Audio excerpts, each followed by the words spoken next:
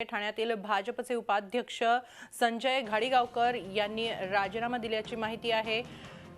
Ticket वाटपावरून Ghadigaonkar नाराज होते।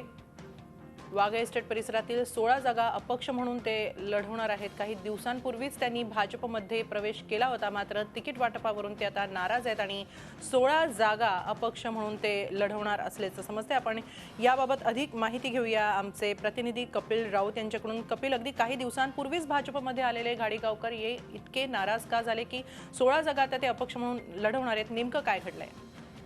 नक्कीच ही माझी सर्वात महत्त्वाची बातमी आहे, कारण की भाजपाला खिंडार पडलं असं आपण बोलू शकतो।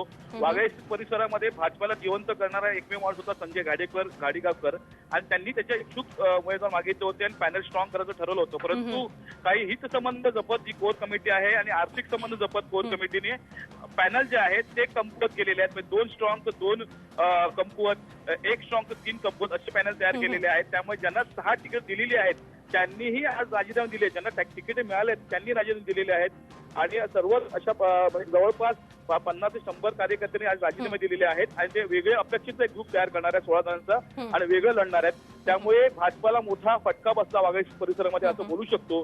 तिथे पालकमंत्र्यांची खूप मोठी ताकद होती आणि त्या शह देण्यासाठी संजय घाडीगावकर पुढे येत होता।